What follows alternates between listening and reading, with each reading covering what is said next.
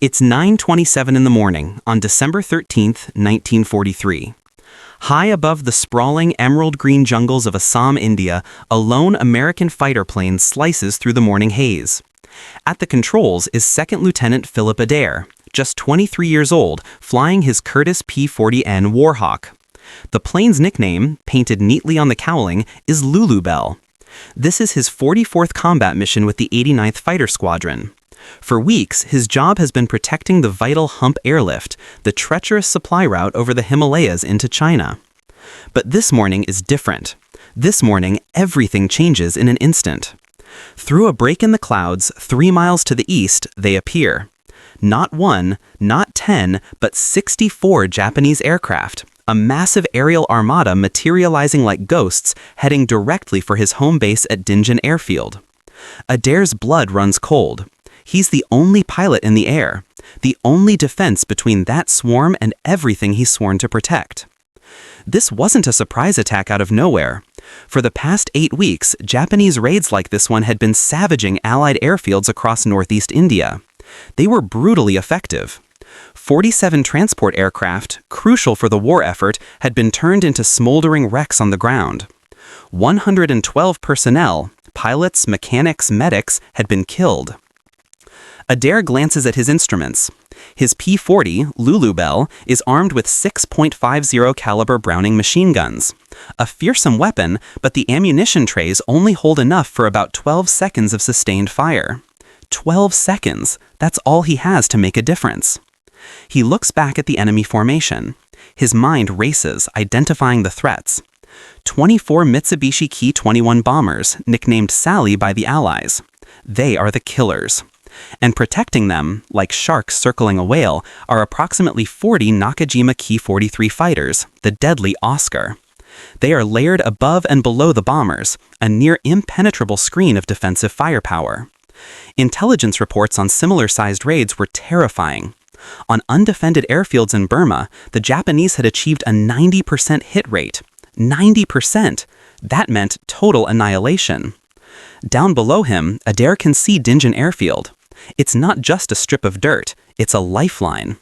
Parked on that field are 14 C-47 transport planes, loaded with critical supplies for Chiang Kai-shek's desperate forces in China. There's a field hospital where 63 wounded soldiers are recovering, and there are massive fuel stocks, enough to keep the entire Hump airlift operation running for 11 days.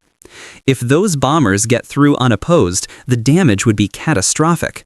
It would cripple Allied supply operations over the Himalayas for weeks, maybe months. He knows the nearest friendly fighters are at their base in Jorhat. They are 38 minutes away. The bombs would have fallen long before they arrived. Adair checks his fuel gauge. Full internal tanks, 180 gallons. That gives him about 90 minutes of flight time at full combat power. He looks back at the Japanese formation. They're 3,000 feet below him, cruising at 240 miles per hour, closing on the airfield with chilling precision.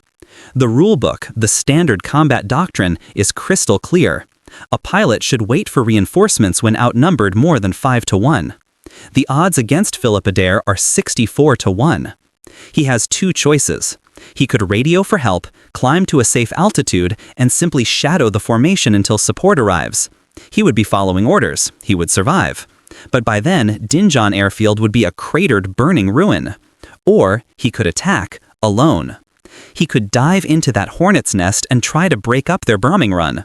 It's a suicidal choice, but it's the only choice that gives the men on the ground a chance. Adair pushes the throttle forward. The Allison V1710 engine responds with an earth-shaking roar.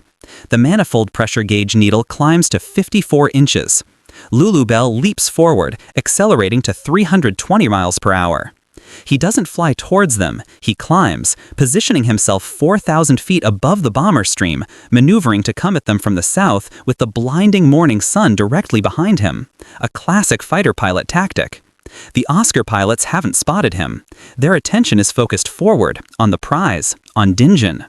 He has one advantage, and one advantage only: surprise. The Japanese expect a fight near the target, not 20 miles out. They don't expect a single, lone fighter to be this insane. Adair formulates a desperate plan in seconds. Hit the lead bomber formation first. Ignore the fighters, at least for now. The goal isn't to shoot them all down. The goal is to break their bombing accuracy, make them scatter, force them to abort the run. Can one P-40 really disrupt 64 enemy aircraft? The lead group of Sally bombers flies in a perfect, tight formation. 6 aircraft arranged in 2 precise V-shapes of 3. This is how they guarantee accuracy. High above, Adair rolls Lulu Bell inverted, pulls the nose down, and plunges into a steep, screaming dive. He's coming down on the bombers from their 7 o'clock high position, their blind spot. His airspeed builds rapidly, 360 miles per hour, 380, 400. The P-40's Allison engine shrieks at maximum power. The wind howls past his canopy. The range closes with terrifying speed. The bomber crews still haven't seen him. They're fat, dumb, and happy just minutes from their target. At 800 yards, Adair squeezes the trigger. The 6.50 caliber guns erupt in a percussive, deafening roar. The entire airframe shudders. Bright tracer rounds arc across the sky, a fiery stream of death reaching for the lead bomber. He watches his rounds walk up the Sally's left wing. Fabric rips and shreds away. Metal sparks as the heavy slugs punch through the aluminum skin. A heartbeat later, the bomber's port engine erupts in a brilliant orange fireball. Thick black smoke pours from the cowling, a funeral pyre in the sky. Panic. The Japanese formation instantly breaks. Bombers scatter left and right, their tight, disciplined V-shape dissolving into chaos. It worked. Adair pulls up hard. The G-force is immense, 7 times the force of gravity, crushing him down into his seat, trying to pull the blood from his brain. He rolls to the right and his heart sinks. The Hornets are coming, all 40 of them. 40 Oscar fighters are now diving directly towards him. The Nakajima Ki-43 Oscar was a fighter pilot's nightmare. It was one of the most agile, most maneuverable fighters in the entire Pacific theater. Powered by a Nakajima engine pushing out 1,150 horsepower, it could turn on a dime. Its secret weapon was its butterfly combat flaps, which allowed it to bleed speed rapidly in a turn without stalling. Japanese pilots used this to devastating effect, forcing heavier Allied fighters to overshoot, then getting on their tail for the kill. In the last 6 months alone, Oscars had shot down 63 Allied fighters over Burma and Northeast India. Adair's P-40N was a different beast. It was a brawler, not a dancer. It was faster in a straight line, tougher, and could take more punishment. But it couldn't match the Oscar's turn rate. In a sustained turning fight, the heavier American plane would lose energy, slow down, and become a sitting duck. The tactics against Oscars were simple, drilled into every P-40 pilot. Never, ever turn with them. Use your speed. Hit and run. Dive away, extend the distance, climb back up, and attack again. But Adair couldn't extend away. If he fled, the bombers would just regroup and finish their attack run on Dinjan. He had to stay. He had to keep the pressure on, keep them scattered, keep them nervous. Even if it meant fighting 40 Oscars, alone. The first 4 come at him in a loose finger-4 formation from his 10 o'clock high. Adair rolls left, pulls the nose up into a climb, and fires a 2-second burst at the lead fighter. His .5 caliber rounds stitch a line in the sky just above the Oscar, a miss. The lead Oscar brakes hard to the right, his wingman sticking to him like glue. Adair reverses his roll, diving away to maintain his precious speed. 2 more Oscars dive on him from above. He spots them at 400 yards, pulls into a climbing left turn, and fires again. No hits. He's jinking and weaving, a frantic dance of survival. He glances at his ammunition counter. 800 rounds remaining. That's across all 6 guns. It sounds like a lot, but at his current rate of fire, it's only enough for about 6 more attacks. Behind the swirling chaos of the fighter screen, he sees what he feared most. The Sally bombers are trying to reform. 3 groups of 6 are closing back into their deadly V formations. If they succeed, they will press the attack. Adair calculates he has maybe 90 seconds before they reach their bomb release point over Dinjan. He makes his choice.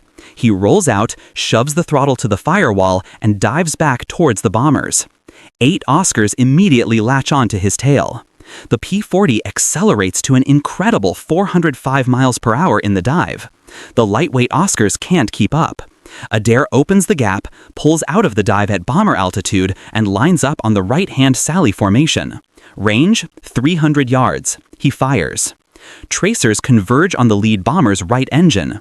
The Mitsubishi radial engine doesn't just catch fire, it explodes in a massive, consuming fireball. The bomber violently rolls to the right, streaming flames and debris, a comet of destruction. Its wingman has to break formation hard to avoid a mid-air collision.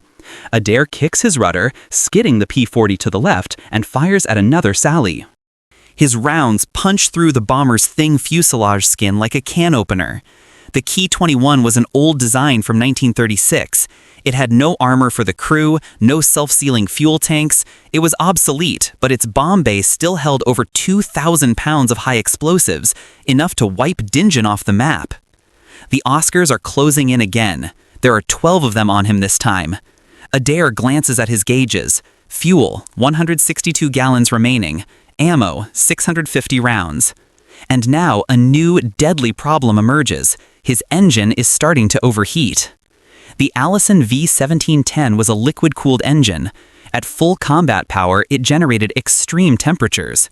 The cooling system was only designed to handle that kind of strain for about 20 minutes.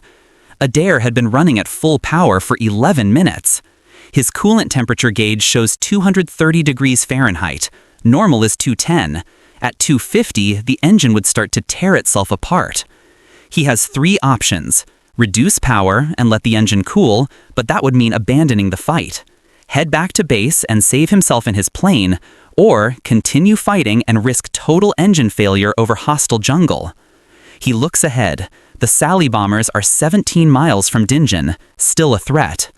Adair keeps the throttle pushed forward. 2 Oscars decide to take him head-on. Their closing speed is over 600 miles per hour, a terrifying game of aerial chicken. Both fighters open fire at 500 yards. Adair sees their faint muzzle flashes, like angry fireflies. He sees their 7.7mm tracers walking towards his nose. He fires back. His heavier .5 caliber rounds have more energy, more range. At 350 yards, his bullets smash into the left Oscar's engine cowling. The lightweight fighter shudders violently, breaks off its attack, and peels away to the left, trailing a thick plume of white coolant vapor, a mortal wound. Its wingman follows, spooked. Adair rolls right and dives again. His coolant temperature hits 240 degrees. The bombers are now 15 miles from the target. 2 formations have reformed into their deadly Vs. Adair goes for the lead formation again. 6 Oscars try to intercept, but he dives right past them at 390 miles per hour, too fast for them to follow. He levels out and opens fire on the lead Sally. His first burst hits the bomber's right wing root. There's a catastrophic structural failure. The entire outer panel of the wing folds upward, then rips away completely. The Sally rolls onto its back and enters a sickening, unrecoverable spin. No parachutes emerge. The crew rides it all the way down. The bomber formation breaks again, scattering in 3 directions. Their bombing accuracy is now completely destroyed. Even if they dropped their bombs now, they'd be scattered harmlessly across miles of dense jungle. He's done it. He has saved the airfield. But his own ordeal is just beginning. Adair coals up hard. His coolant temperature gauge reads 248 degrees. The engine is running rough, sending violent vibrations up through the control stick. Detonation. Pre-ignition from the excessive heat. The engine is eating itself alive. If he doesn't reduce power now, it will seize. As he makes that calculation, 8 Oscars dive on him from above. He sees them too late. He rolls left, but he's too slow. The world explodes in noise and violence. 7.7mm rounds punch through his right wing. He hears the sickening sound of tearing fabric and buckling metal. 1 round hits his right aileron control rod. The stick goes mushy in his hand. He has to apply constant pressure just to keep the wings level. Another burst walks up his fuselage. Rounds spark and ricochet off his engine cowling. One penetrates the coolant reservoir right behind the firewall. Green coolant sprays across his windscreen, instantly blinding him. The engine temperature gauge needle shoots past 260 degrees. Steam erupts from the cowling seams. His oil pressure gauge begins to drop. The Allison is dying. Adair chops the throttle. The RPMs fall. The P-40 starts descending, 1,000 feet per minute, then 1,500. Above him, the Oscars circle like vultures, waiting. Then, his engine catches fire. Flames lick out from under the cowling. For a pilot, this is the ultimate nightmare. If the fire reaches the fuel lines, the entire aircraft will detonate in a fireball. Adair has maybe 30 seconds. Procedure is to shut down the engine and bail out, but he's at 8,000 feet, descending fast, over jungle crawling with Japanese patrols. He keeps the engine running. He remembers a trick. He pulls the mixture control back to idle cutoff for 3 seconds, starving the engine of fuel. The intensity of the fire decreases. He pushes the mixture forward again. The engine coughs, sputters, catches, and continues to run, but it's rough, barely alive. Power output is maybe 60%. Not enough to climb, barely enough to maintain level flight. The Sally bombers are gone, retreating back to Burma. The raid is broken. The airfield is safe. Now he just has to get home. He turns southwest towards his alternate base at Nagaguli, 43 miles away. 15 minutes of flight time if the engine holds. 6 Oscars follow him, content to watch him die. At 7,000 feet, his oil pressure drops to 0. The needle is pegged. Without oil, metal grinds against metal. The engine vibration increases.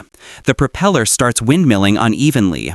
His airspeed drops to 180 miles per hour. He's losing the thin margin between flying and falling. Behind him, the Oscars close to 400 yards. They don't fire. One pulls up alongside him. Adair can see the enemy pilot's face. The Japanese pilot gestures downward. Land, surrender. Adair stares straight ahead. At 6,000 feet, smoke begins to fill the cockpit. Not from the engine, but from electrical wiring behind the instrument panel. The bullets that hit his fuselage did more damage than he knew. The acrid smoke burns his eyes and throat. He slides the canopy open. The wind blast clears some of the smoke, but makes it harder to breathe. His airspeed drops to 160. The Oscars, seeing his plane as hopelessly crippled, finally peel off and head for home. They assume he's a dead man. At 4,000 feet, he feels a sudden lurch. The right aileron control cable snaps. The aileron flops to its full downward deflection. The P-40 immediately rolls hard right and the nose drops into a terminal dive. He hauls back on the control stick with both hands. Nothing. The elevator cables are damaged. He has no pitch control. The nose stays down. The jungle rushes up to meet him. 3,000 feet. 2,500. 2,000. This is it. This is how it ends. And then he has an idea. A wild, insane, desperate idea. Aerodynamics work in both directions. The damaged aileron is forcing the right wing down. The broken elevator is stuck in a nose-down position. But what if he were flying upside down? If he rolled the aircraft inverted, the damaged aileron would force the wing up instead of down.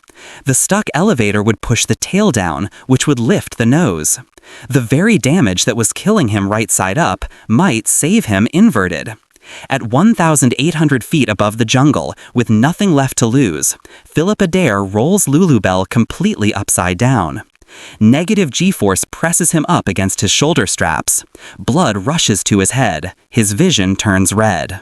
The engine, designed for positive G-flight, sputters as fuel struggles to feed into it. It nearly quits, then catches again. The nose comes up. The descent slows. At 1,200 feet, the P-40 levels out. He is flying, level, upside down, at 140 miles per hour. He's not just flying, he's climbing. Slowly, 50 feet per minute, but climbing. Then the engine begins to cut out again from fuel starvation. He has to roll right side up. As soon as he does, the damaged controls take over and the nose pitches down again. He descends. He waits until he loses 300 feet, then rolls inverted again. The nose comes up and he claws back 200 feet of altitude. For the next 11 minutes, he performs this bizarre, desperate aerial ballet. Flip, climb, flip, descend, flip, climb. A wounded animal refusing to die, clawing its way home through the sky. His fuel gauge reads 83 gallons. His oil pressure has been 0 for 9 minutes. The Allison engine is running on sheer momentum and mechanical defiance. He reaches 4,000 feet, then 5,000. And then he sees it. WWII Airfield. Safety.